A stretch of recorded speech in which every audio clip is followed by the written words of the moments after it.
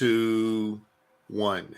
What's up, everybody? On today's episode of the #Blackout podcast, we asked the question, who would win in a fight?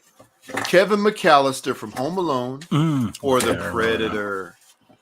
Or the Predator? I thought you said Batman. Not Batman. Well, he has Batman-like time and research to be able to set up. There you go. Right. So we talking about that and more on today's episode of the #Blackout podcast. Pew, pew, pew, pew. What up? What up? Welcome back, everybody. This is episode 229 of the #Blackout podcast.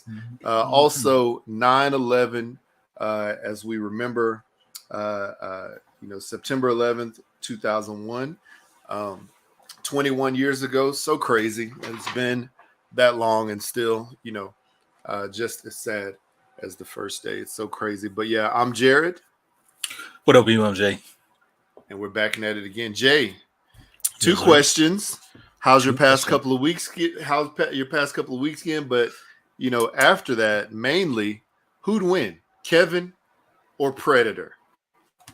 I mean, we have to take into account that's easy. So past couple of weeks have been cool. They're good. I mean, nothing's different. Just home, work, school, drop the kids off, family life. My wife's birthday was Thursday, this past Thursday. Yeah. So yeah, that's good on her. She made 40.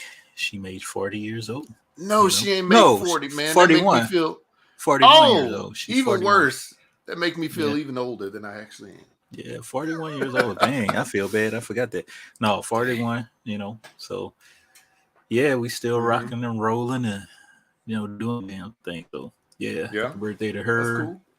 Cool. Other than that, let's see. Past couple weeks, what have I been doing? Nothing, man. Nothing. Just same old thing. Cut my grass finally because it rained and the grass grew because it's been like 105 plus degrees all summer. Yeah. So the grass finally decided to come back, and I forgot how much I really dislike. Well, I like it and I don't like it. If you don't do it in a long time, it's like such a pain such a pain to just get out and do it again. Yeah, it's true. But it's cool, man, because I don't have to look at like yellow grass now, yellow hay in my yard. I could look at like nice green plush grass. It looks very lush. Did I say plush at first? I meant lush. Plush. It's plush. That's one of those words that it doesn't get as much.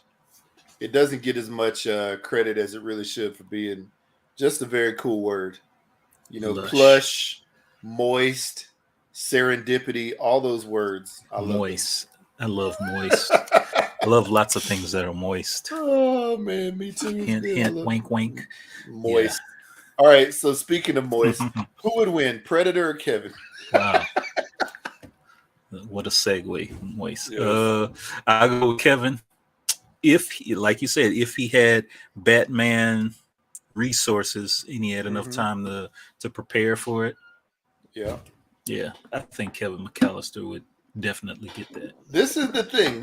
So shout out to the Starting Five podcast. Those guys over there, man, I love them. They're hilarious. So after our last show, or during our last show, Dan, the mayor over there, invited us to come. On the show. I was able actually to hop over because it wasn't too long after that because they were doing a NFL preview, and they were doing the NFC East, which I'm a Giants fan.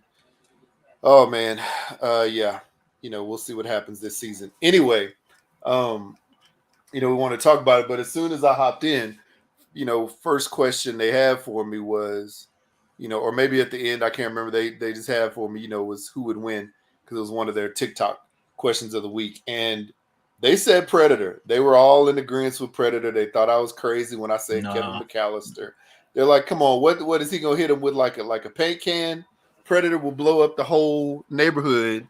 And then if he dies, they'll just send more predators from the Predator planet or whatever. I haven't seen the new Predator, so It's I'm really sorry good. about that. It's really good. Yeah, but I will say this. We're in my point of view. I was thinking, if we're suspending our disbelief because this is all the movie world, right? Mm-hmm. This is not the real world, because I think Not I think they were more like literal, like real world. Whereas I'm like, you know what? This is the movie world. Oh, heck, Anything Kevin could happen. McAllister ain't real either. He ain't real. No. He ain't real.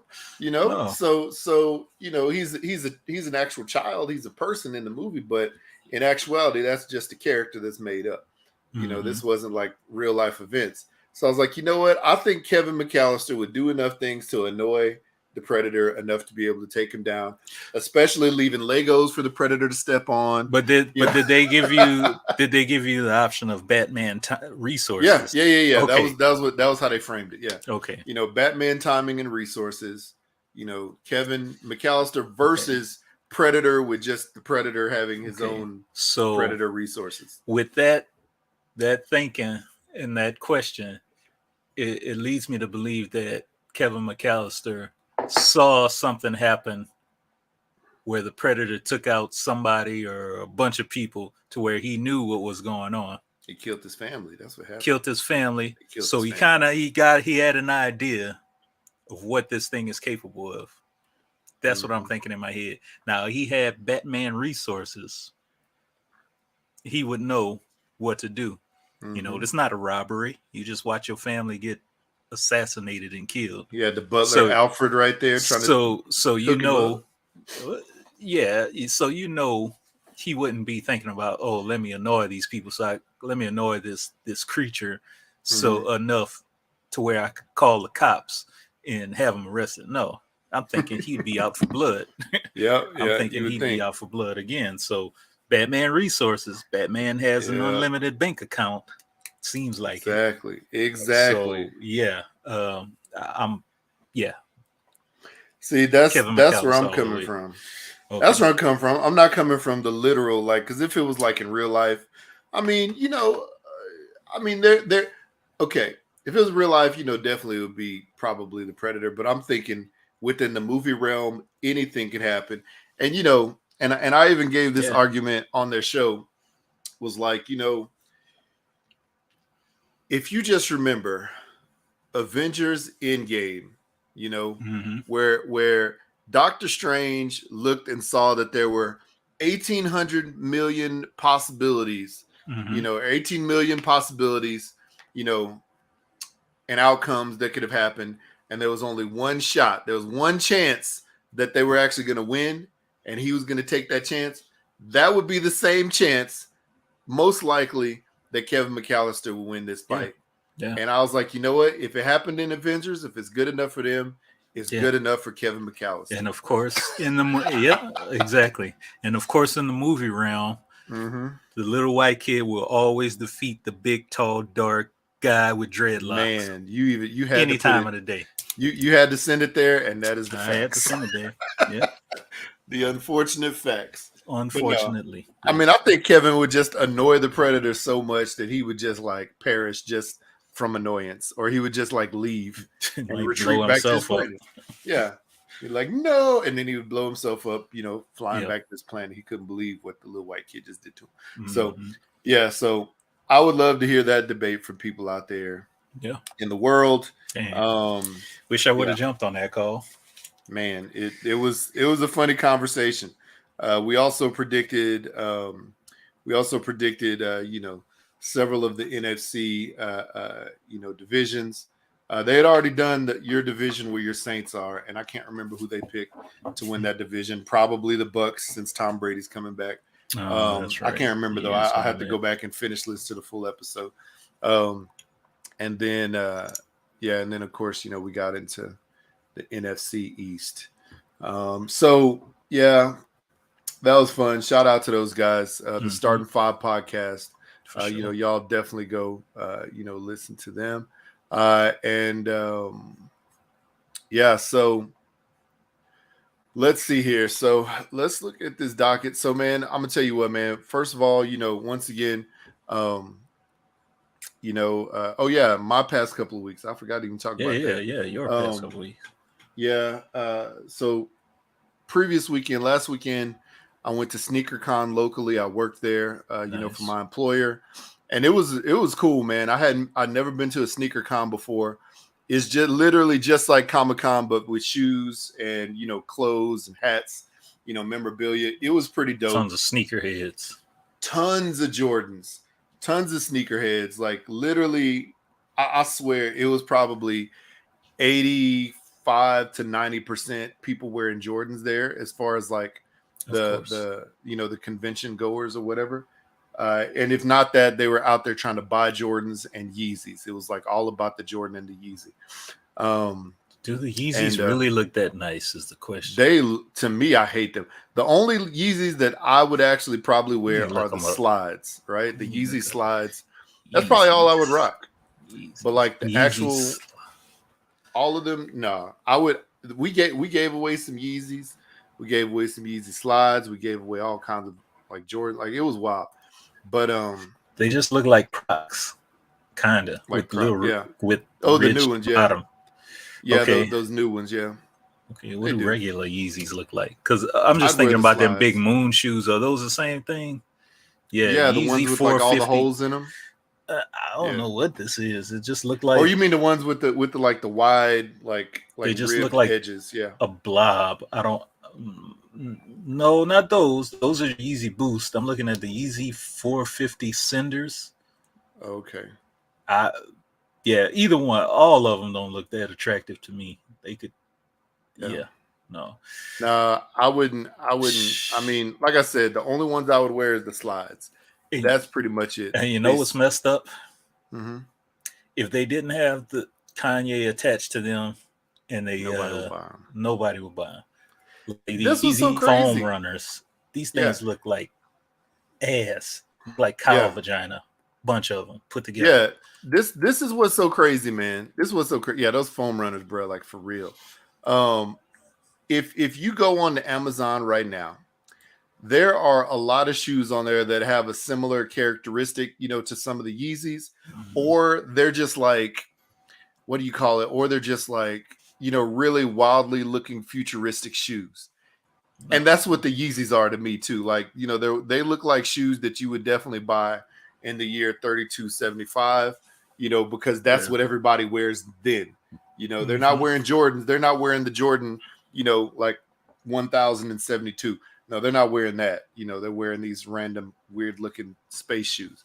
So I don't know. And we know Kanye is like all like he's and the crazy thing is in another galaxy. I don't know if you've seen his conceptual art behind what he was trying to do in Montana. Is that where he has his big place, Montana somewhere? Yeah, it's Montana. Yeah. So he has this conceptual art about this big school and community that he's trying to do. And the shoes, like the foam runners at least, look exactly like the conceptual art behind. So I'm wondering if that was the inspiration, if the two of those were developed at the same time. Yeah, wow. But they both look like ass. Well, the shoes look like ass. The conceptual art behind the school and the community and stuff looks pretty cool, but these look nasty. I don't know, man. Yeah, I mean that is good, doing community work, but like these shoes are not. They're ugly. Anyway, man, the event was cool. It was freaking packed. And for Salt Lake City area, you would think that, there's not a lot of, there's like the sneakerhead community is probably not that big here, but it's like wild and crazy. It's huge. I'm sure. And there's people coming in from out of town. I met a dude who like actually traveled up from Houston to sell stuff. Chatted with him for a while, and it was wild, man. Shoe prices were all over the map, and I was like, bro, I am not buying any of these shoes. The prices are crazy, but I did pick up some Jordan 4s, a couple of pairs of Jordan 4s, some Jordan 1s, the size for my kids, and also some all black Hirachis, also kid size, and some LeBrons. And I got them at a steal of a price. So nice. It was nice, but and they got authenticated at the same time. So I wasn't like hanging on to face. Or is there the people there? I know I've seen like video of this in the past, like people there that know the ins and outs and the details of shoes, like you say, 100%. Authenticated. Yeah. So they're just there and they're looking at it, smelling it, looking for little different little. Yeah, man. Details. I met them, and there's actually one lady who is like a TikTok celebrity because she authenticates shoes. And these people, man, it's wild watching them because I was just sitting there watching their process. And they, you would get the shoe, you would tell them what it is. They look at it, they open the box, they smell the box, they look at the paper, they touch like the paper wrapping within the box, and they're like, they see if that's real. Then, any other thing that comes in the box, like accessories or anything like that. And then they look at the shoe, they smell it, they look at the tags, they look at the soles, they pull out the, like the insoles, they smell it, there's like a feel, there's a feel, a smell, and a look that they can see. And it is so crazy that they are 100% accurate. It is wild. So do they give you a price for them too, or they just say whether they're real? They just authenticate them because most of the time these were people who've gone around.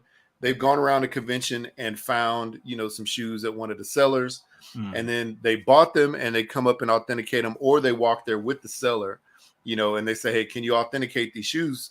And then as soon as they got authenticated, they would put like a little authentication tag on it. So therefore, and there's like a authenticity guarantee like process that is sort of it's a company, and that whole company and the process is basically what sneakerheads rely on. Now I know eBay has some. I know that what do you call it, like Dope Kicks has some, like all these other all these other sites, have their own like sort of authenticity, Depop, stuff like that. But I guess this one is the one that most sneakerheads rely on, and it's wild, man. There were some Jordans that hadn't released yet. That I think they're called like the Taxis or something like that. Taxi ones. They're like yellow and black and white colorway. It's so dope. This dude walked up. Actually, I bought a clock from him. I showed you this clock that had the Cactus Jacks, Travis Scott shoes all over. Yeah. He also had like some cause, signs that he made, like some really cool stuff. He walked up. He's like, "Hey, my son gave me these for my birthday a couple weeks ago. I just want to see if they're real." And then, he walked over and got them authenticated, and they were legit. I guess they got them, pre-release. So they did tell a few people that their shoes were fake, which sucks, and in that case, only thing you could do is you go back and say, "Hey, man, I just got these authenticated and they said they're fakes. I'm trying to get my money back." Yeah. And there was even, because I asked them, I stopped through and asked them, I was like, "Hey, what is the most expensive shoe, that you've told somebody, in person that they had fake shoes?" And he was like, $2,000. He's like, they bought them for like a couple thousand, almost, or it was like under 2,000, something like that. And he was like, "Man, these aren't even worth like $50. Like, you should just give them away." I was like, man, that's sad. Yeah, it's wild, man. But it was cool. They had a bunch of people there. Kevin Gates was there. Oh, that's cool. Yeah, 2 phones himself. They had the Air Mags. It was a lot of cool stuff there. The unfortunate part was somebody did lose their life. I think it was a dispute between one of the sellers and somebody that had bought shoes. Right. And I think it seemed like from the news reports that this is something that had been going on over multiple events or over some time. And I think the seller, who apparently was the one who was basically like doing this person for his money, was the one who perished in the situation. But I mean, I don't know. At first I heard it was like over some Yeezy slides, and I was like, really, over some $70 shoes, like for real, dog? But I don't know. I think it was a bigger issue than that. But even though there was something that happened, I am happy that it was only one person and no one else. There was no like mass shooting, and thankfully everybody that I was there with everybody was safe, and that's the main thing. So yeah, it's wild. It's unfortunate. Yeah, it's unfortunate, man. But I remember back in the day, you used to kill people over shoes, and Bro, that's what I said. Starter jackets and yeah. I was like, man, didn't we leave that like in the late 90s? Like, come on, man. Like, what the heck? Why are we doing this? But this is the problem, man. If you are sitting there stealing somebody money, yeah, it's gonna come back. Yeah. Wow. Yeah.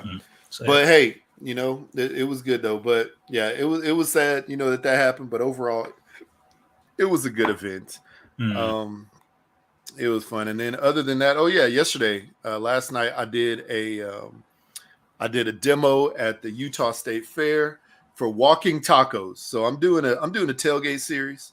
I think every weekend what I'm gonna do is just like a different tailgate recipe. Right. Post it on my website and do it on the socials. But the State Fair invited me back. They actually made me their cover model for their demo website, and they've posted several of my stuff since I demoed last year. So it was dope. So they brought me back again, which is cool. Had like a packed house again. And what'd you say you made? Walking tacos. So basically everything that you would think of putting inside of a taco shell, but instead putting it in a bag of Doritos or putting it in a bag of Fritos or something like that. So I would say some kind of tortilla chip, Okay. And man, the recipe was a hit. I didn't forget anything, thankfully. My kids were up there helping cook and prep and serve out. And my wife was there to help with the cleanup because that's her favorite part. I mean, honestly, she hates cooking. Even though she can a little bit, she hates it. But yeah, it was good. Had a ton of people there. And it was interesting because, I don't know, I called it a tailgate food. And also it's like a good fair food just because, you're sort of like walking and eating from this thing and you can just toss it when you're done. And I know it's something that I've heard of before when I was in Texas, but I never really heard of it. Nobody really talks about it here. Only thing they talk about here is having like a Frito pie. In a bowl. I was just about to say that. So it was interesting because there's a lot of people who were like, oh, wow, I never heard of this. And then there was some dude who sat down. He's like, man, I've been wanting to learn how to make these, So it was so funny, but had good interaction, handed out some samples. It turned out nice. So, just any way to show off the brand, but it was a good, easy thing. So that actually wouldn't be a bad thing to do that. Like at your state fair, I guess any kind of food vendor could come and I guess you got to get approved or whatever to I guess sell your food on the lot or on the midway. Yeah. So I'm telling you, nobody else is doing Texas taco. Well, of course not in Utah. They had people doing tacos. They had people like with the thing outside their thing that said barbecue, but I mean it's just like a pulled pork sandwich. That could be chopped meat. Be the first little slide way into the food truck business. I mean, hit up some of these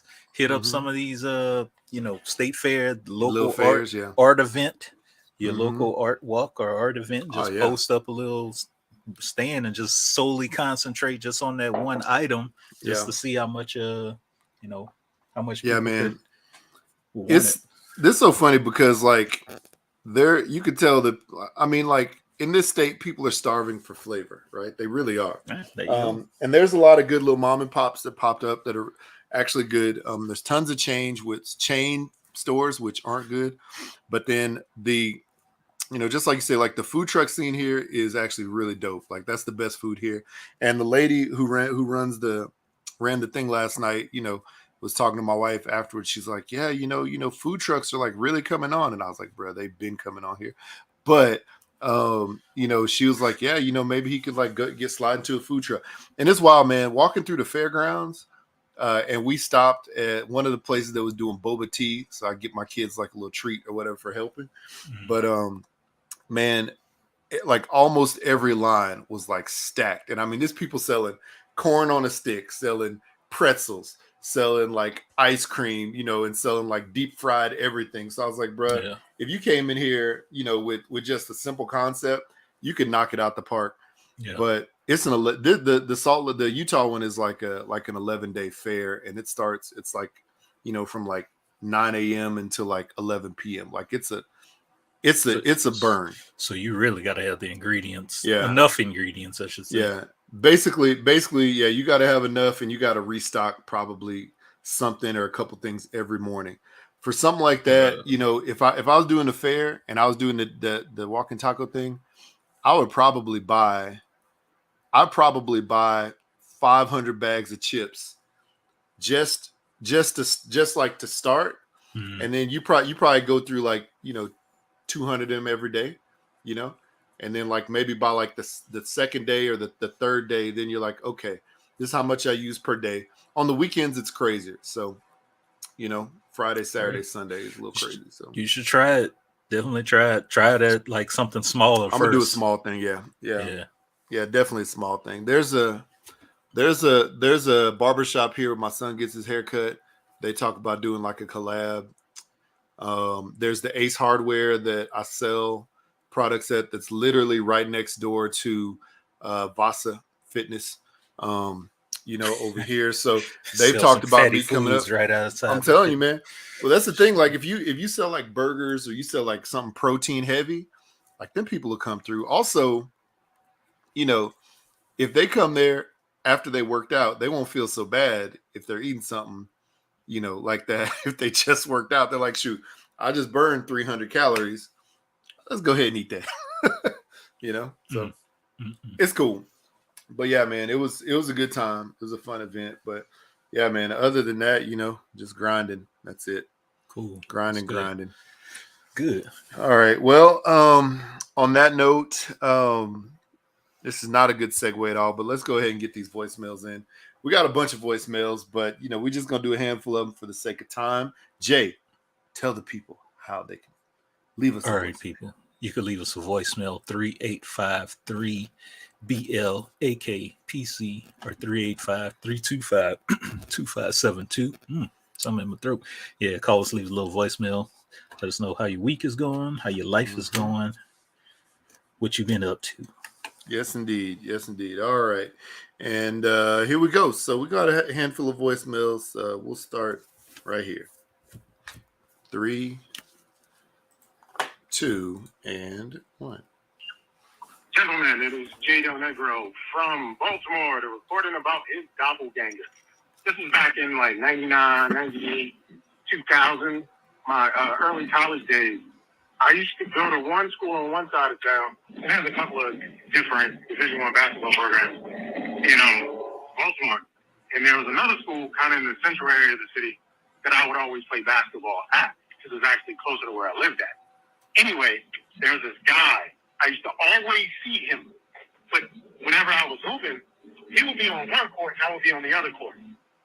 It would always be this guy. I was about 6'1", he was like 6'3", or what have you. We never played on the same court at the same time, but we were always in the same gym or outdoors hooping at the same time, or at least the times that I was there. The guy looked so much like me. I used to deal with girls on that campus, and they would say to me, "You look just like such and such." I never met the guy, but I knew exactly who they were talking about because I've seen him so often. We never crossed paths because I think if like we were on the same court at the same time, the earth would have exploded or something like that. But I am certain he's my doppelganger. He was a freshman, and I was a freshman. Don't know his villain or hero origin story, but it was the thing that happened. Once again, I found my doppelganger. Hit cross streams, the earth did explode. We're still all here to enjoy everything. Wow. I'm blacking out. Appreciate you guys. Thanks for playing my voicemail message. Wow, J. Del Negro, Don't Judge Me podcast. He literally was right next to his doppelganger. Yeah. He just never met him. I wonder why he never went to I don't know. I wonder if the other guy ever looked over and said, "Damn, he looked just like me." I'm sure they saw each other. I'm sure he saw him too. And it's just weird that you would see somebody like that and not, like, to me, I don't know, personally, I would want to go and be like, okay, bro, what is happening here? What's your name? Where are you from? You know what I'm trying to say? Who's your daddy? Like, Who's your daddy? But not like that, but yeah. Where your daddy from? Where your people from? I mean, for real. It's funny though, because it's funny as I'm looking at Google Translate. One of the things J. Del Negro said, we're always in the same gym or outdoors hooping at the same time. But Google Translate said, but we're always in the same gym or outdoors pooping at the same time. that I was there. Man, I've seen him awesome, Illinois. That's so funny. But that's wild, man. That's yeah. Funny. And it was probably even weirder for the girls that he used to, mess with or whatever, who would see the other dude on campus, and they would be almost twins, like, man, that'd be weird, man. That'd be weird. So that's why, yeah. Thank you for the voicemail, Jay. Here's another one back to back. I guess the next day. Maybe he found a woman that is his doppelganger. Let's see. Here we go. Once again, it's Jay Negro from Baltimore signing in. And I'm signing in this time about the teacher. Because jealousy breeds envy. Let's think about her job title for a second here. She is a preschool art teacher. Mm-hmm. I am certain this job pays nothing. And she's doing it for the health insurance and because she loves children. I haven't looked at this woman. I've seen the headlines. I am certain she has another job in a different lifestyle, whether she's a bottle girl or a bartender, or she does something to deal with how she looks. Because there is no way that a preschool art teacher is the career path this woman has set in. And for the parents, for the mom, because it's the mom, it's just ridiculous. Just like you guys mentioned, the insecurity and the self-esteem of the individual parents is really what the issue is. And they're projecting their feelings onto their kids. I will say as a kid, the one thing you will notice is large boobs. So if this lady has large boobs, the kids will see it. And they won't touch a lot of it. They'll just be like, whoa. Uh-huh. The big titties are a world thing. I don't care. Gay, straight, young, old. Anytime you see big titties, you're just like, nonetheless, stay down that girl signing out. Appreciate you guys. Keep the business in it. Later. Dang. You're right. He's right. Wow. Yep. Jay Del Negro once again talking about the teacher that we talked about a couple episodes ago, whatever, that had that had all the curves in all the right places, and the parents, the moms were not having it. They didn't like it. But yeah, different career path. That sounds probably right. I'm sure she has. I mean, teachers, across the board in America, at least, aren't paid well, especially at the lower levels, high school, middle school, elementary, preschool, they're not really paid, conducive to what they actually do on a day-to-day basis. And, how much they actually spend of their own money and their own time. Yeah. They're never compensated that well. Shout out to all the teachers and educators at every level. So yeah, I wouldn't be surprised if she was a bottle girl somewhere, or if she I know that she's like an IG model, Yes, she does. Yes, she is. I mean, I'm sure, I don't know if she got an only fan or whatever, but I don't know. I can't remember her name. Let's just look her up. I'll do that on my own, of course. For science. For research purposes. For research purposes. Yeah, but that's a good point, Jay. That's a good point. The kids wouldn't notice it unless a mom said it, and then you'd be like, "Ooh, man, she got all the curves in all the right places." Wow. Oh wait, here we go. Yeah, and we have another voicemail that comes right on that. So while you're doing that for research, let's listen. Yo, it's me, Mrs. Diva, 99. So I just listened to your latest show, and so y'all were talking about the teacher who's under public scrutiny because of her body shape or whatever. I don't really see nothing wrong with Lil Bone Gun. Oh, I guess everybody's into the dressing tight clothes. Maybe that's it. But hey, if she's proud of her BBL, okay, she's proud of it. But hey, man, Idris Elba in this movie that I saw called 3,000 something, he plays a genie, and it's really good, y'all.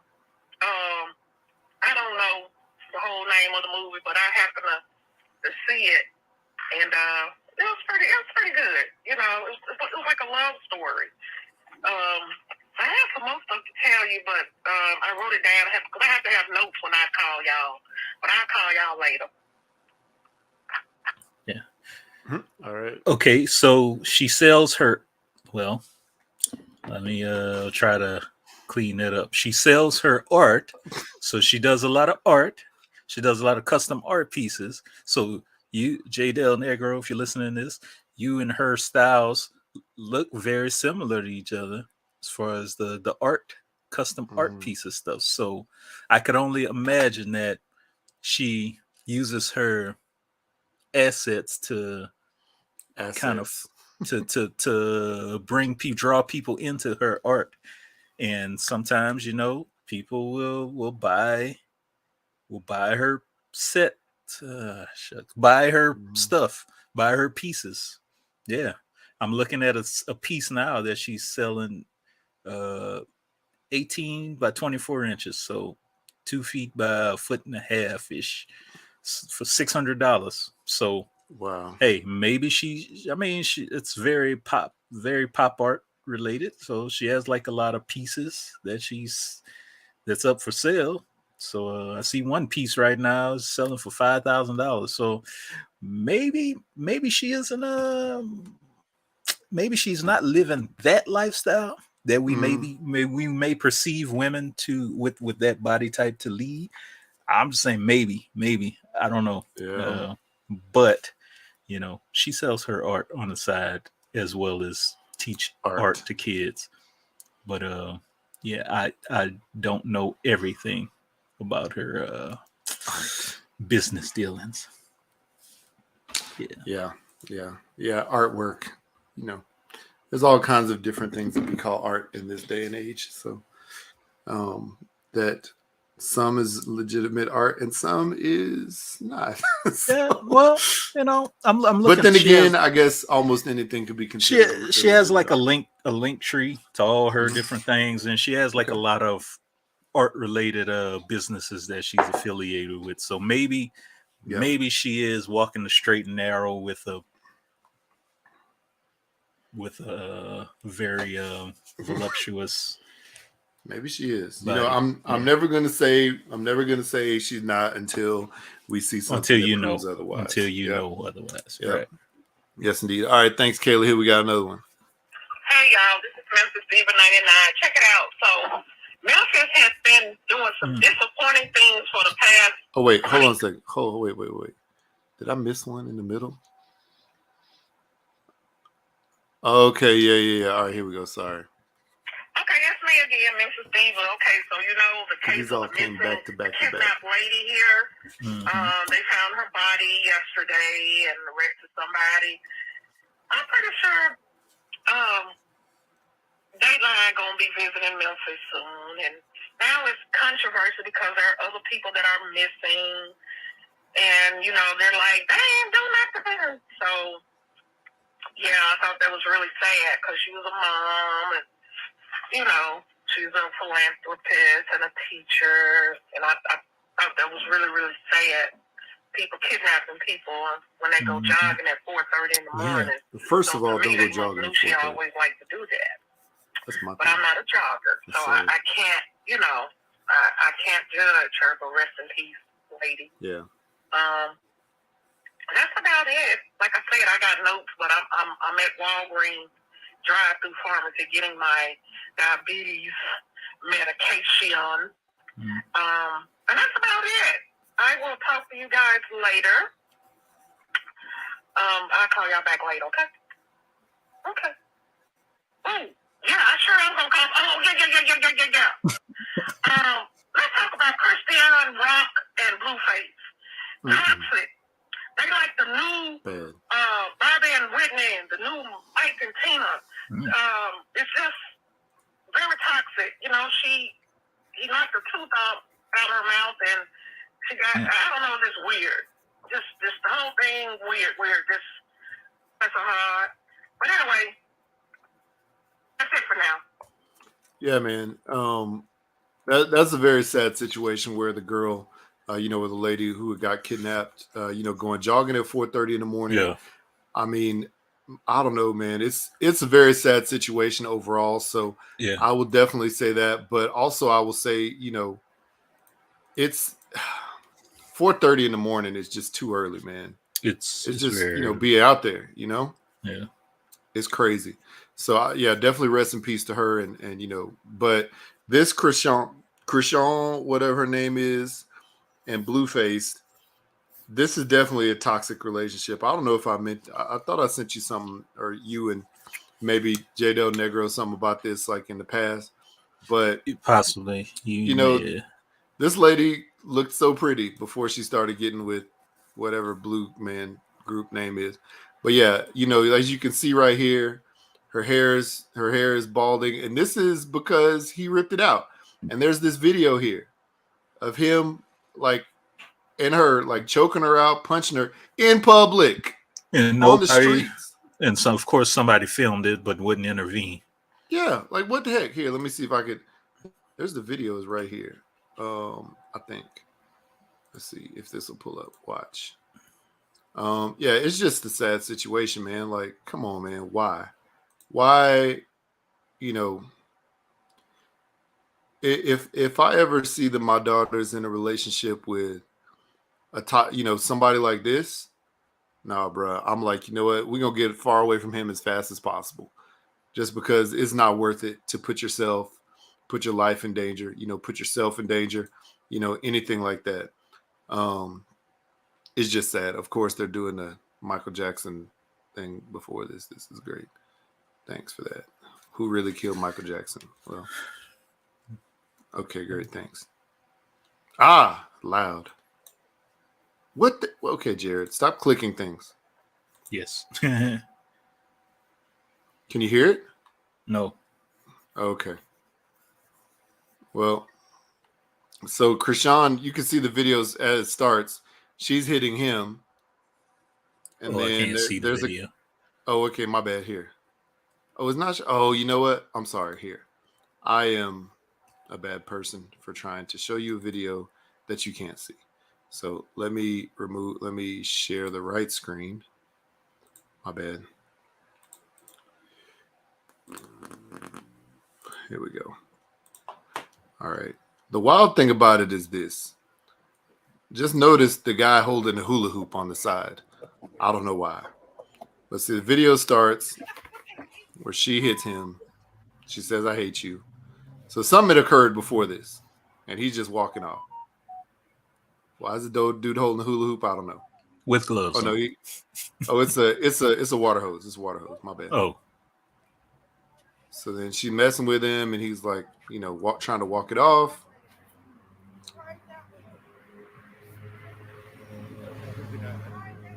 What? I know, bro. You all right, dude?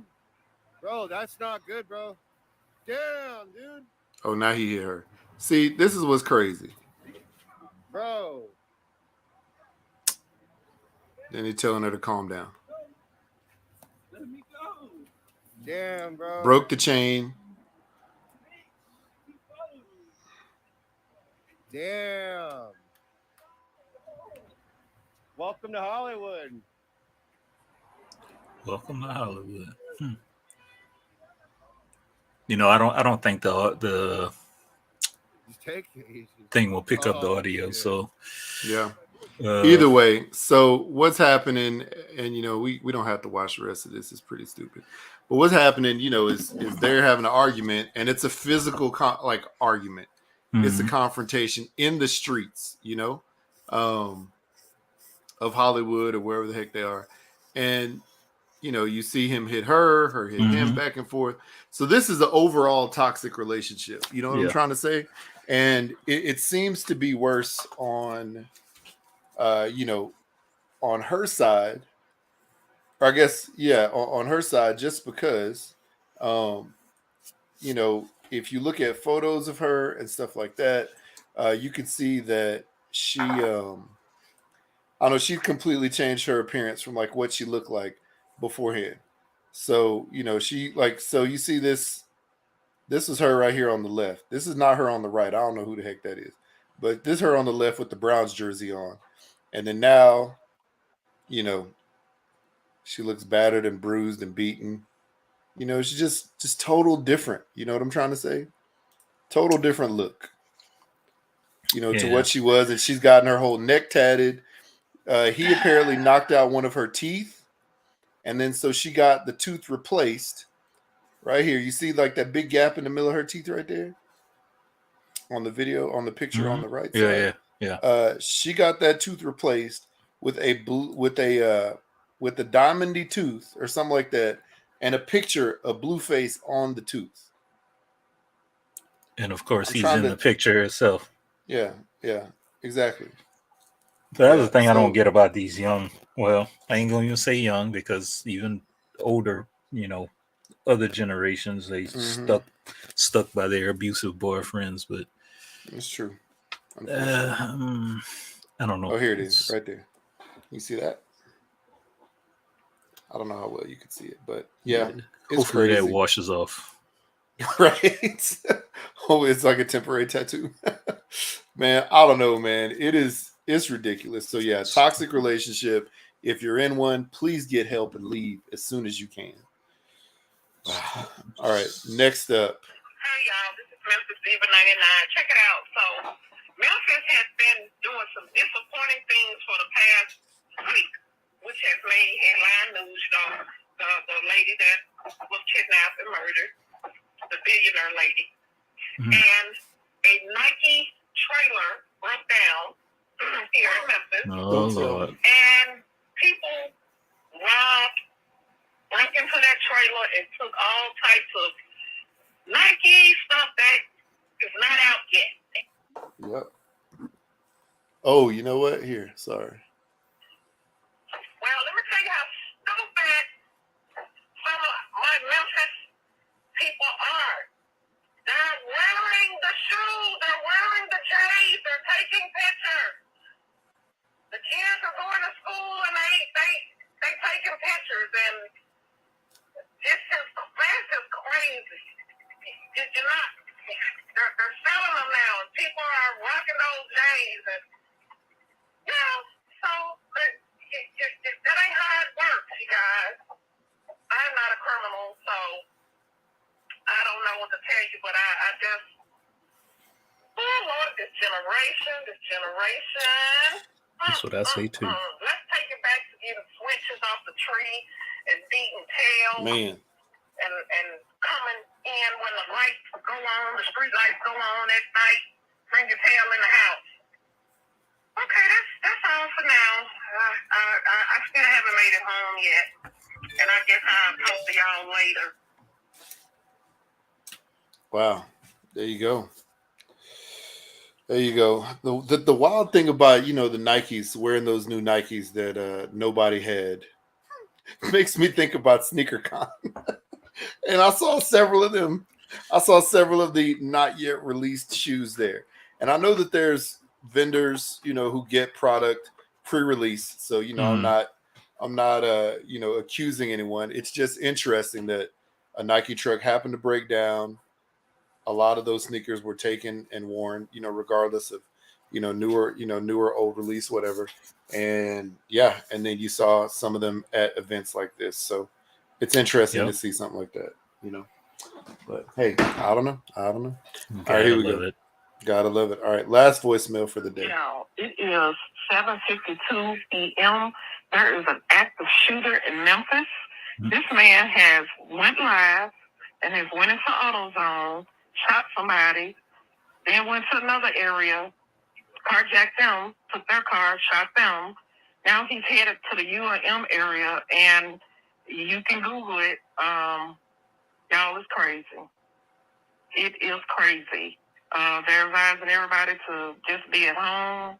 I was going to bike night tonight. I'm home. He's in the area where some of my relatives are, and I'm just going to pray for the city. I'm just going to the moon. This is crazy. I'm going to talk to y'all later. Wow, that is crazy, man. You know, hopefully you're safe, Kayla, now, and then everybody around you is safe. Because my mom told me about that like the next day. I heard a little bit about it. It's just a little wild, man. it's wild what's happening in these streets, and it seems like there's always something crazy happening in the city of Memphis. Yeah. Sadly. Sadly. Yeah. Yeah. So that's wild, man. Okay. So, speaking of, wild and crazy things that have been happening, lots in these streets. What are we going to talk about next? What's wild? I guess this whole episode is just wild and crazy. Maybe that'll be the name of it. Wild and crazy kids. Let's start with Tiffany Haddish and Aries Spears. Why don't we just go that way? Yeah, just go there. So, what do I say? Where do I start? So years ago, I think, what was it, 7 years ago, 8 years ago? Mm-hmm. And correct me if I'm wrong, Tiffany Haddish and Aries Spears did this skit for Funny or Die. And it involved the skit was based around some pedophilia and grooming and things like that, molestation type subject matter. So they're getting called out on it, and there's a lawsuit that's about to take place from it. So here we go. All right. And apparently, I guess, okay. Allegations. So let me just read this. The allegations stem from working with minors on a sketch comedy skit that was later posted by Funny or Die, though Funny or Die made it clear that they were not associated with getting the skit made, calling it absolutely disgusting. Now, Spears has broken the silence about the legalities coming up.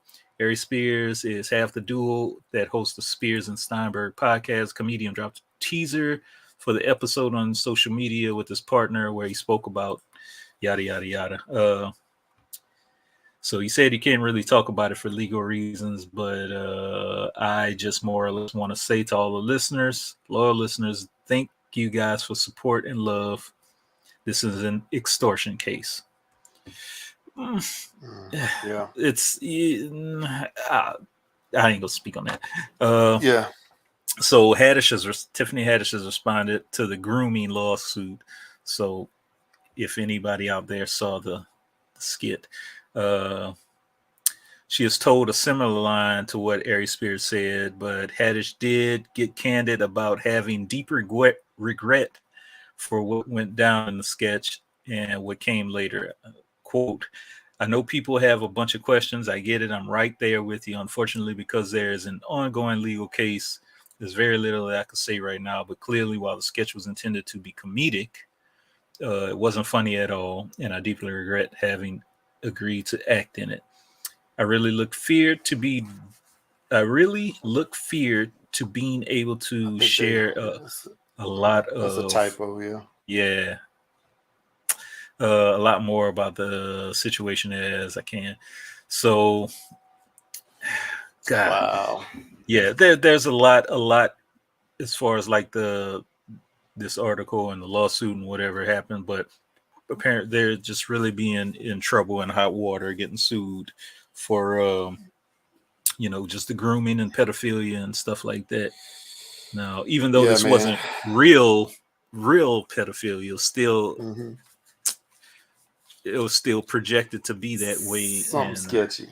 Yeah, and I guess the if I remember from another article, the kid that was in this, I guess had like some psychological issues that happened later on. I don't know if it was related to this, but it's just it's just sad. And the problem is obviously at this point we don't know who's telling the truth until the truth comes out. But I think in a lot of cases initially, we should always obviously be sensitive to what the accuser is saying. And maybe not 100% believe them, but just be sensitive to it, because it seems they believe that something went down.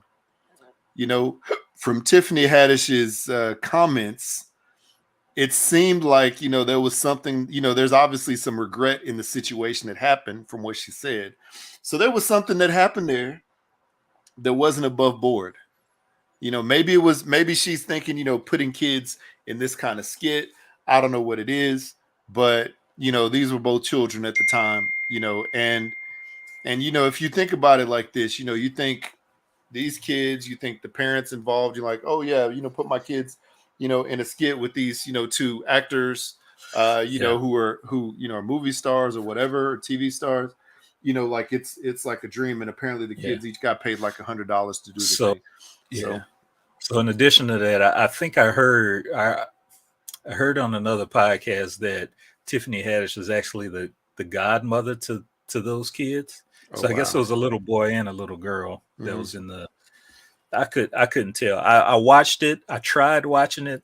It took me 3 different tries to even get through that skit because I didn't find it funny, even though I know where they were trying to be funny at. Yeah, it just didn't.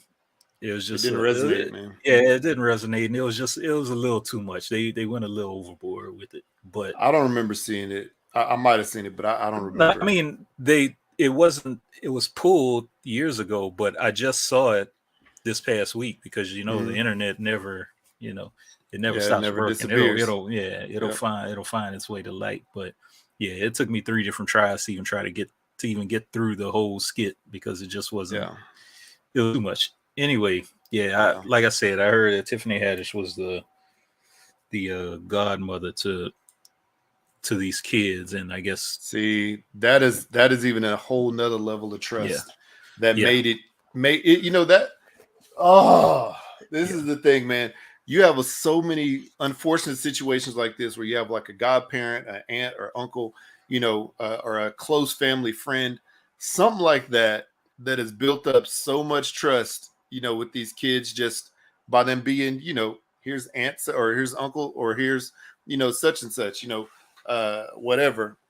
And a lot of times in these situations, the groomers or the pedophiles, whatever they're doing, they just turn that into, oh, it'll be fine. This is what we do. Like, come on, man. Yeah. I'm wondering how many people were, because I don't think they wrote the skit, but I'm wondering how many other people like behind the scenes were involved. Yeah. I mean, it seemed like initially, like when they were doing quote unquote like research or rehearsals, it seemed like it was some closed door stuff with just them and the kids.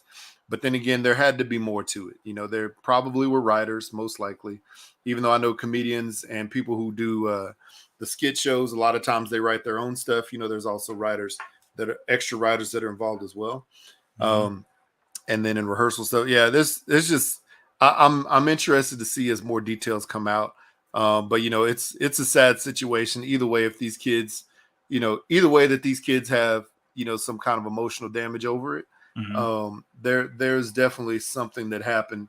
And when we get to the bottom of it with the actual facts, then we'll actually know. It's just sad, man. But it always makes me so aggravated when I hear stories like that because it's just these people putting these kids in positions that they literally have no business of being in. Because they just trust you for who you are.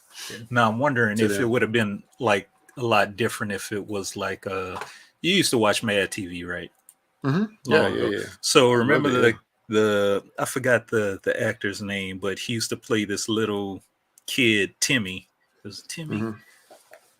Where he's all like, look what I could do. Timmy! He just does some little thing. So I'm wondering if it would have been, obviously it would have been a lot different if it was an adult playing a little kid that was getting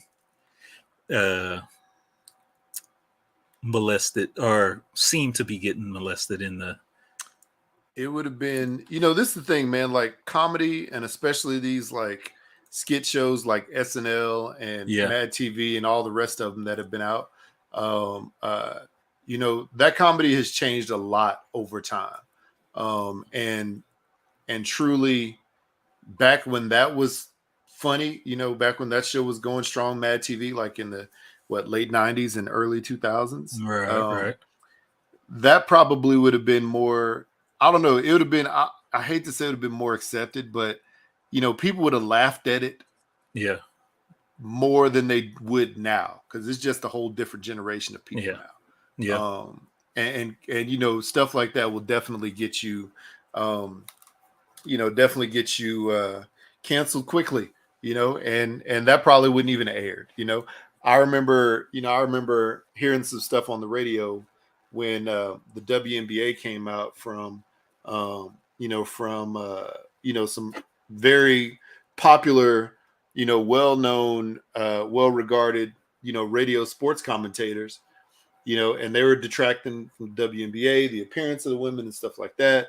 And they just let it roll live like nothing, but nowadays that wouldn't fly, that wouldn't fly at all. So I don't know, man. It's a sad situation overall. And speaking of another sad situation, speaking of sad situations, like if you are a celebrity who has been able to pretty much live a celebrity life, for a long time, you have money, you can get females or males or whatever you really want in life. Why would you put yourself in a situation, or why would you force yourself upon somebody to be able to be convicted and have to go to prison for life over raping them like Mystikal? Come on, bro. Why? How? I don't get it. I'm looking at this. You brought this story to me as well, so you can read it if you have it pulled up. All right. Yeah. So Mystikal faces life sentence after being indicted on first-degree rape charges. It's not the first time. So New Orleans-based rapper Mystikal faces life in prison after being indicted on a charge of first-degree rape for an alleged incident in July. So he is facing life. The three-time Grammy Award-nominated rapper received a sexual assault charge along with 9 other criminal counts from an Ascension Parish grand jury, citing an alleged incident in July. Mystikal's real name is Michael Lawrence Tyler, is accused first-degree rape, domestic abuse, strangulation, and robbery following a financial dispute at his Prairieville residence on July 30th. If convicted at trial, the 51-year-old faces a mandatory life sentence. That is wow. It's a completely different subject, but like I said, it's touchy. Louisiana laws and conviction, sentencing and stuff is completely different than the rest of the U.S., but that's a completely different story. Anyway, according to the 2 indictments against him, Tyler has also been charged with individual counts of simple criminal damage to property, false imprisonment, domestic abuse, battery by strangulation, simple robbery, possession of heroin, illegal possession of Xanax, possession of methamphetamine, possession of marijuana, possession of drug paraphernalia. Tyler remains in Ascension Parish prison without bail, but his legal team maintains the rapper's innocent. It's an indictment. Wow. It means nothing. We look forward to our day in court. So we all know Mystikal was part of No Limit Records in the 90s. 2004 is the first time he pled guilty to sexual battery. Prior to his sentencing in July 2002, a hairstylist for the rapper claimed that he and his 2 bodyguards forced a woman to perform oral sex on them after not turning her into police for stealing $80,000 worth of the rapper. So she stole money from them, and they're like, you know what? We're not going to force you to the cop. We're just going to make you do this thing. Yeah. Wow. So he did his time in prison for that. 2010. So he was released in 2010. Let's see. I think later on, 2018, I'm skipping out. He was charged with first-degree rape and second-degree kidnapping charges, which were dropped in 2020. Wow. After a second grand jury reviewed evidence from the case. So he has this boom, boom, boom, one after the other incidents with some type of sexual abuse or kidnapping or something like that. So, man, I can't keep making. I don't want to make an excuse for this dude. I really don't, because 3 times is that's too much. I mean, the first time. There's a pattern, you know. Yeah, there's definitely a pattern. The first time somebody, you know, was stealing $80,000 worth of checks and stuff from him, and you know, apparently they forced the two bodyguards you know, the woman to perform oral sex on them. Mm-hmm. You know, that's no excuse right there either. But if it's just one after the other of, you know, sexual assault and kidnapping and things like that, and forcing women to do stuff, man, you gotta something's up, man. You gotta go. Yeah, you gotta go. And you know, this is the thing. You know, in his probably most popular song ever, he said it best himself. Watch yourself, or you'll mess around and get beside yourself. Like, so he gonna be beside himself in prison, being mad and aggravated and frustrated and slapping himself in the head. Like, why? What? You know? I mean, maybe he doesn't care, but this definitely seems like an ongoing pattern. You know, like one time or two times, you know, may seem like weird, maybe an accident like one time. Two times, okay, you know, it's a little weird. It's sort of a trend that's happening here. But yeah, multiple times, 3-4 times, etc., is definitely a pattern of misbehavior. And you can't continually have people you know, you can't continually have people you know, coming out and blaming you for this, you know, over and over, different people, different situations, different decades, whatever you want to call it, and you know, different, you know, years or whatever you want to call it, and not think that there's some validity to it. So it's unfortunate.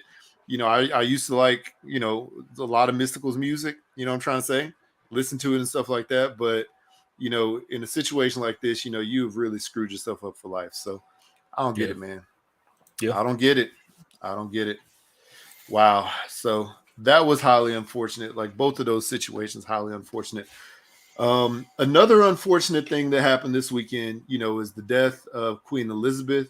You know, she's not, you know, she's not the Queen of America, right? So, you know, there's a little different thought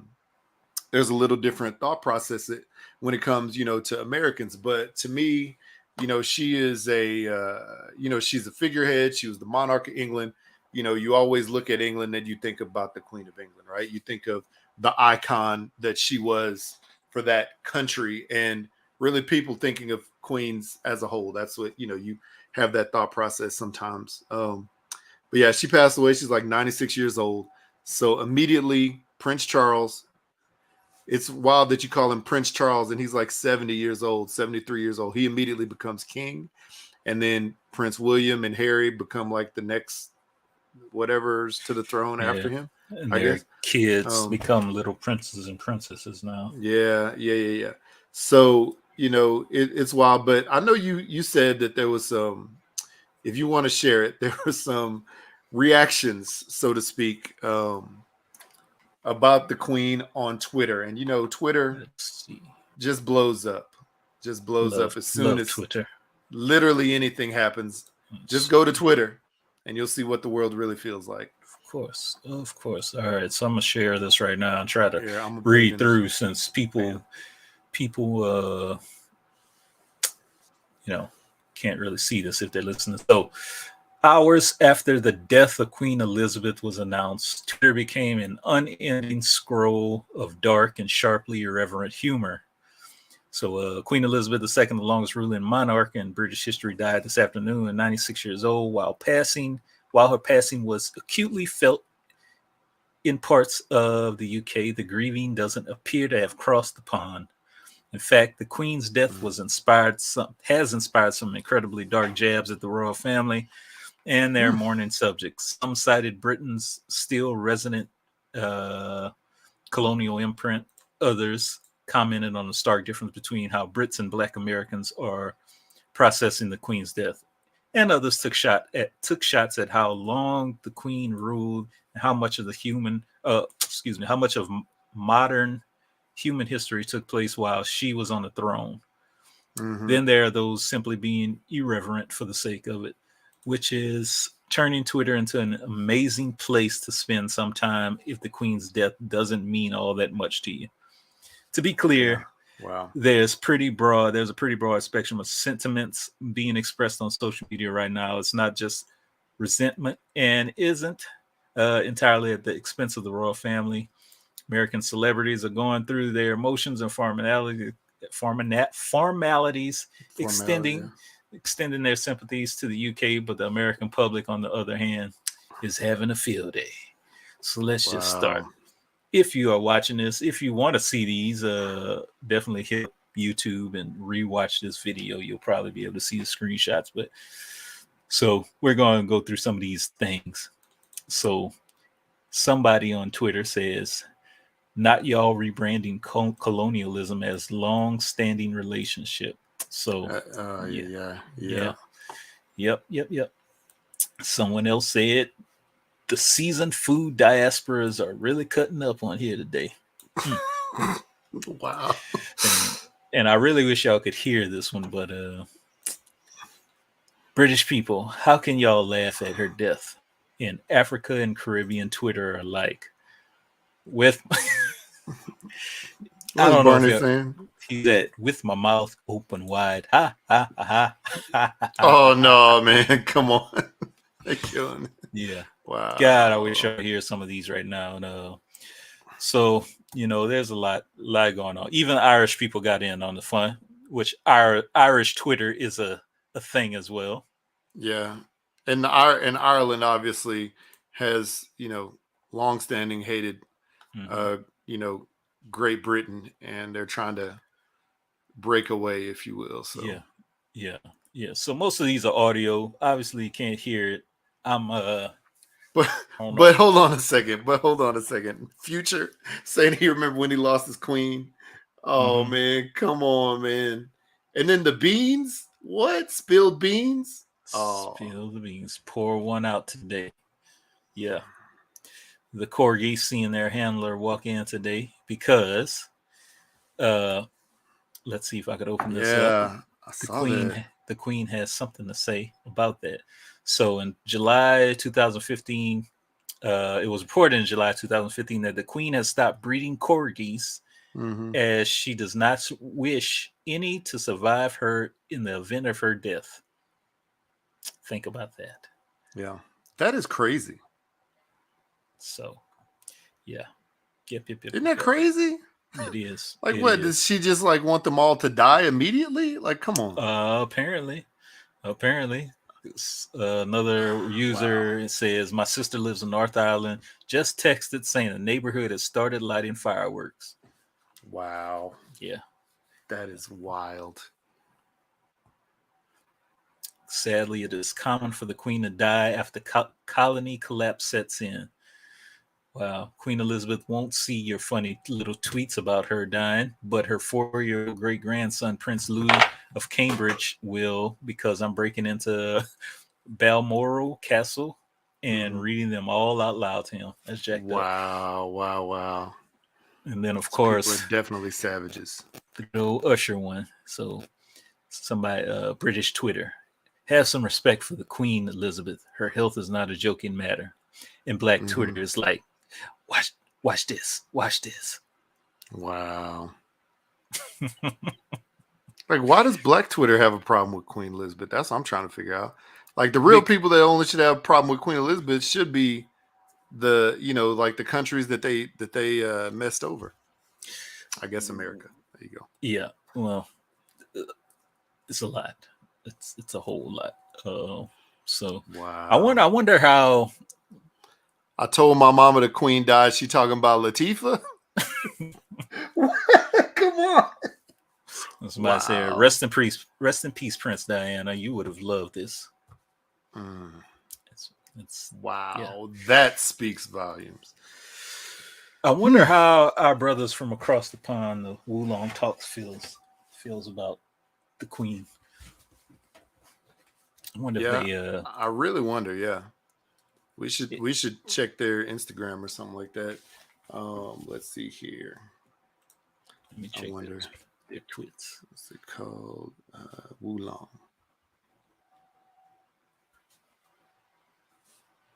Yeah, that's crazy. Yeah. Wulong Talks. Let's see what you said. Did they even post anything? No, they didn't have anything on Twitter. So they don't have anything up on their Instagram right now. Yeah.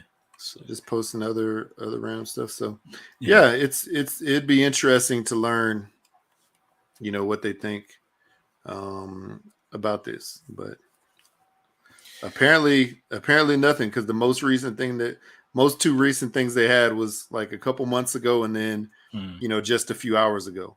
So right. Yeah, and nothing to do with the Queen. Yeah. So there you go. So she it's one of those things, man. Yeah.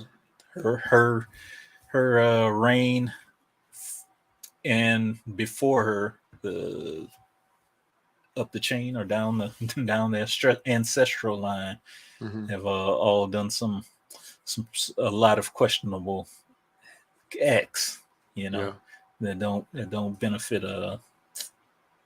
that hadn't benefited a lot of people. So only England, only Britain, so yeah. Crazy. I really didn't. I really, like I say, man, I really didn't. I ain't gonna say care one way or the other. I mean, hey, somebody died. She lived 96. That's a long ass life. That's a long time. Big time. And she died of natural causes. So, hey, it's whatever. So, it is what it is.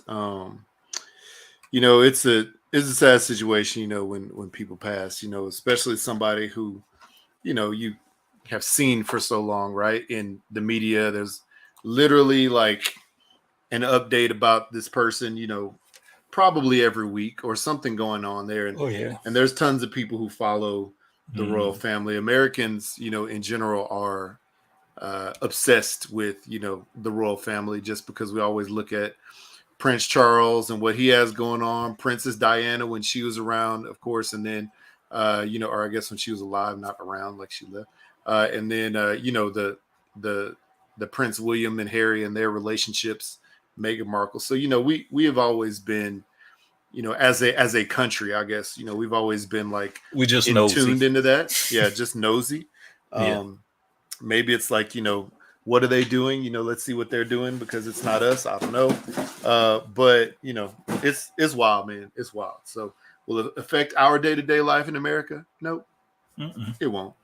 Nope. But I can tell you this, like my kids came home from middle school saying, that they found out about it, and, they saw several messages, that their friends had, on their Twitter or whatever, from their friends and stuff like that, talking about it. And it was just the same, trolling the whole situation. So it's wild, man. It's wild. Yeah. So, wow. All right. Well, I know we're getting like right up near the end here. And, as I said before, fortunately or unfortunately, depending on, how you think your team is going to do this year, football season has arrived and started in college, and then also in the professional ranks. And so today is actually the first day of the NFL season. All of our predictions have seemed to go wrong the past several years. So, of course, we might as well continue it. I know you're a Saints fan mainly. So what do you think your Saints are going to do this year with Jameis Winston? You just said that, and then the first thing I came to my mind is this fool's going to get hurt in the first game. Let me not say that. They're playing Atlanta today. Division rival. Okay. Yes, division rival. I think they're going to beat Atlanta. They don't have Matt Ryan anymore, so it's possible. They're going to beat Atlanta. I'm going to see about it and hear about it all over my Facebook timeline. But I think somewhere we're going to start losing people to injuries. I don't want to say that. I always jinx myself when I say that. Every year, man. Every year. Happens with every team. Every team has starts to have injuries. But that's just my head. I think we'll make the playoffs. Yeah. I have to think about that. I'm wanting us to make the playoffs, but I have to see what they do the first few games. I have to see what's going on. But. Yeah. And y'all have Tom Brady coming back. When he didn't really want to, but he came back for some reason. And why? I don't know. Does this dude like he's like 44, I believe. 4 or 5. I think he's 44, about 45. And he has like 45. almost 2 hands worth of rings. Yeah, he does. This is the wild thing because Tom Brady during the middle of training camp left for like 11 days and then came back. Yeah. And apparently, there are reports out like, why is he doing it? No, he wanted to do some family time. Apparently, he left because he and Giselle were having an argument over him coming back to play again. And she was like, basically like, I'm going to take the kids if you go back and play. He was like, well, I'm already here. So she apparently, sort of bounced with the kids off to probably one of the private islands that they own or something like that. And he went to go visit to try to smooth out the situation. Let's hope that interferes with his playing because we play him next week. Yeah. The only time I hope it doesn't interfere is tonight when they play the Cowboys. Like, I hope he's as sharp as he's ever been tonight. Yeah. And, but yeah, man, it's a wild, it's wild. That whole situation. So you got Tom Brady, you got Jameis, you got not Tua, but Marcus Mariota leading Atlanta. So a quarterback that has something to prove because he sort of got pushed out of Tennessee when he was there. Then also you have Baker Mayfield, who is running the Panthers. Who's the quarterback of the Panthers, who also has something to prove. So you're gonna have a little bit tougher division quarterback wise. We do. I want to see how Tyrann Mathieu does on defense this year for the Saints, because this is his first season with the Saints. So coming back home, you're coming back home. Badger. Yeah, the Honey Badger. I feel like he's gonna have a pretty solid year. I think he's gonna be good. Yeah, I think he'll be fine. So that's good. Hopefully the Saints do well. I definitely root for them. In pretty much every matchup, unless they're playing against the Giants or the Texans. So I don't know. My teams, the Texans. I actually met some dude the other night when I was picking up pizza who worked for the Texans. Oh, really? Wow. Yeah, he was like, it was like on Friday, and I was like, bro, why are you here in Utah and not, in Houston for the game? And I guess he said he was flying out last night and he works in the front office. Mm-hmm. But yeah, man, the Texans, they opened the day with at home against the Indianapolis Colts. The Colts now have Matt Ryan, who left, the Falcons. Mm-hmm. And the Texans, they're in a rebuilding situation. I mean, they had like the second or third overall pick, overall pick, something like that. So, I believe that the Texans are going to have a tough year again. Let's face it, they're playing against the Colts, who are a strong team this year with the new quarterback. They have great rushing attack and defense, better defense. They're playing against the Titans, who are, in their division, last year they were the number 1 seed, and they're playing against the Jaguars, in their division, who are on the, they're on a rebuild as well. So Texans will probably finish 3rd or 4th in their division. And I'm not seeing them winning this game today against the Colts at home, even though at home in Houston is definitely Houston, that stadium is definitely a tough place to play because it gets loud in there. Fans are pretty close to the field, and it's a loud atmosphere. But I unfortunately, I don't know, unless, the stars align and the Texans play amazing defense, and have some good offense, and they're not going to do it today, unfortunately. But we'll see what they do. We'll see. You never know going into the season. And speaking of never know what's going to happen going into the season, my New York Giants, boy, I don't even know what's going to happen with them, because they've lost, I think, the last 5 or 6 openers in a row. They're playing on the road in Tennessee against Derrick Henry, who will basically stiff arm the whole sideline at the same time while he's running, and then run for another 87 yards for a touchdown. So it's going to be a tough task because they're starting defenders. I think a couple of their starting defensive ends, who are both really good, are on the injury report, so we don't quite know if they're going to play. Their defense is in a rebuild. Offense is in a rebuild. Saquon Barkley, he's looking good in training camp. He's back. He got them thighs that are the size of tree trunks. If you look at them thighs, they'll hurt your eyes because they're so strong. But he's looking like he's good, running with determination. They have a better offense overall. Better coaching.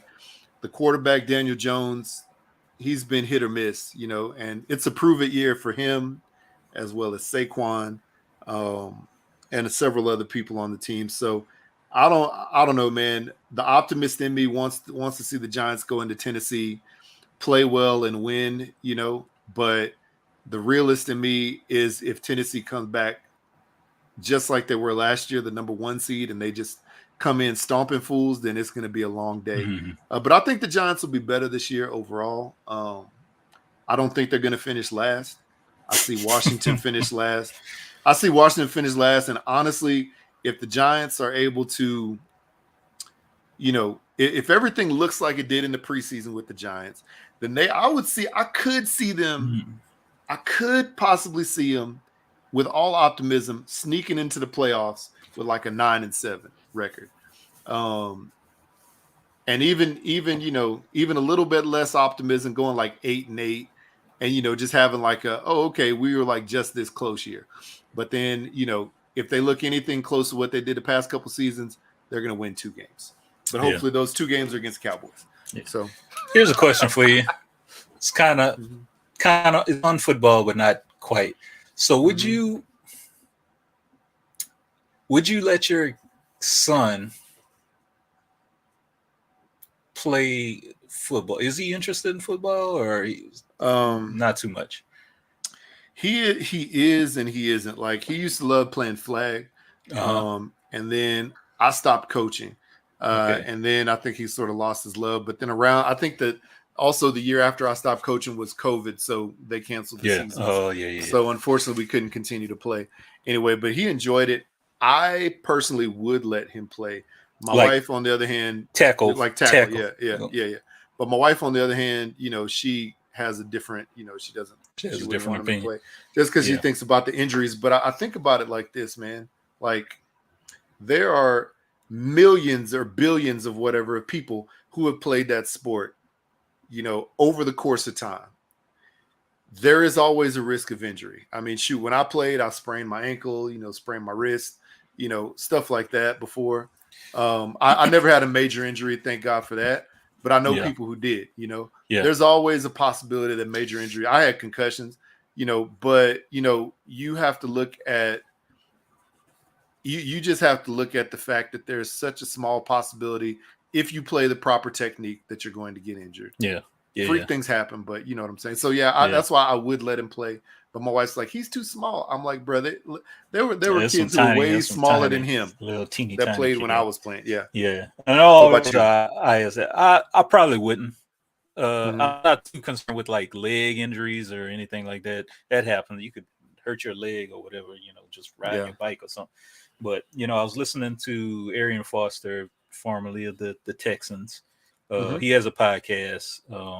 It's a good podcast. And he talks a lot about his time in football, and he said he couldn't do it anymore because of all injuries and plus all the concussions that he used to sustain. And then he's more of a data guy who goes by research and stuff like that. So he's like, he doesn't want to end up with a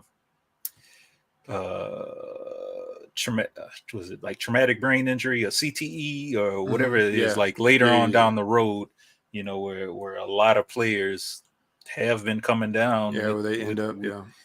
So he's like, I wouldn't let my kids play at all, just knowing about all this stuff that could happen, especially nowadays, because you look at young kids nowadays, especially Texas football, for instance, they take, Texas takes its football big. So big time, big time. So getting in that gym all summer, these kids are like, bulking up and getting bigger and bigger, getting training to hit harder and harder. So, it's one of those things where, these kids are bashing into each other at such a young age. I mean, I know NFL is a completely different story. It's the same as college, where they even bigger and hit even, 10 times as hard. But, it's just one of those things I figured I'd ask since you played yourself. My brother played in You know, I just don't want to see my That was kids a really good player too. Yeah, with brain injury. Yeah, I'm still. I always say I'm still bummed he didn't take that scholarship. But I swear, yeah, man. Me too. Honestly, where was his scholarship to? I couldn't remember where it was. He was going to Tuskegee. And yeah, you know, it would have. You know, this is the thing, man. There's certain situations like that where you're like, man, you know, shoulda, coulda, woulda. And yeah, definitely in his case, you know, I just remember how, you know, how good of a player he was. I unfortunately never got to actually see him play in person. I just remember, you know, all the accolades and stuff like that. And yeah, man, I definitely thought that, you know, he would be able to play in college, you know, if nothing else. And remember, you know, that part. And I know he had some teammates that actually ended up playing in the league, you know, for quite a while. Yeah. But yeah, man, I don't know. I look at it and, you know, I say that, yeah, definitely, you know, there's definitely, you know, potential for lasting effects after the fact. You know, I think sometimes sometimes I'm like, you know what? It feels a little weird, you know, based on like, you know, random little injuries and stuff like that I had. But, you know, but I think for me, I probably lived a little more sheltered life than, you know, some other kids. So the fact that, but I played sports, you know, just like you, I played baseball, you know, and I love the team aspect of baseball. You know, when I got to middle school, you know, was able to get onto the football team just because I had a buddy playing. But it turned out to be one of the best experiences of my life, just because learning to be a team, the camaraderie. A lot of those people I'm still friends with, you know, to this day. Some of them I, you know, communicate with more often than others. But there's definitely something about playing a sport like that where you have to have every part of your team work to get to one goal. Baseball normally is just the pitcher and then the pitcher and catcher, unless the ball gets hit, right? Or if you're batting, it's just you know, mainly. You know, individualized sport. Golf, same thing. Basketball is definitely a full team, you know, endeavor. And, you know, soccer a little bit, you know, here and there. But there's something about playing that sport, man, where you know, being a part of that team where, you know, you definitely feel, you know, it's a different situation than, you know, than any other sport and any other organization that you could be a part of, you know, to learn that stuff. So I enjoyed it. If my kid wanted to play, I'd let him play. But then again, you know, it had to be a decision between my wife and I to both agree at the same time. So you know, that's when it comes down to. So anyway, yeah, man. Well, good call. Good, you know, good good talk today. So yes, indeed. I mean, I guess that's it. Why don't you go ahead and tell the people where they can find us, and we're gonna bounce up out of here so watch some football. All right, people. Twitter, Instagram, # Blackout Pod, iTunes, Stitcher. Screw that. Just find us on a podcast streaming app near you. You'll probably find us there. Leave us a little review or whatever. Give us a thumbs up, a like button. Hit like button. Email us, #blackoutpod@gmail.com, or give us a little voicemail, 3853-BLAKPC, or 385-325-2572. Make sure you hit up hooksrub.com so you get yourself some hooks, some seasoning, look at some recipes, figure out how you can make some walking tacos. That's today. Yeah, yes, figure out how to make some walking tacos and post it up online and share it with everybody. Say, hey, I found this recipe on Hooks and I'm going to try it. Yeah. Then you do it and you try it and then you get like 10,000 million likes. Billions of likes. And yeah, there you go. Yes, another episode 229. Is it 229? 228. 220? 229. 229. Yep, that's it. Yes, indeed. Yeah, man. Hopefully y'all have a good day. Hopefully your football teams do well, unless it's the Dallas Cowboys or the Baylor Bears. Those teams I don't care too much about. And Baylor lost last night to BYU here in Provo. So I wish they'd actually tied and both lost. But is it so much the team or the fans? I think the Cowboys, the fans make me dislike the team more than the. you know, that 100% Cowboy fans. Every year it's our year until you realize as soon as the year starts that it's not your year and won't be. So anyway, all right. On that note, I'm going to head out. I'm blacking out. Peace out. Peace. That's funny.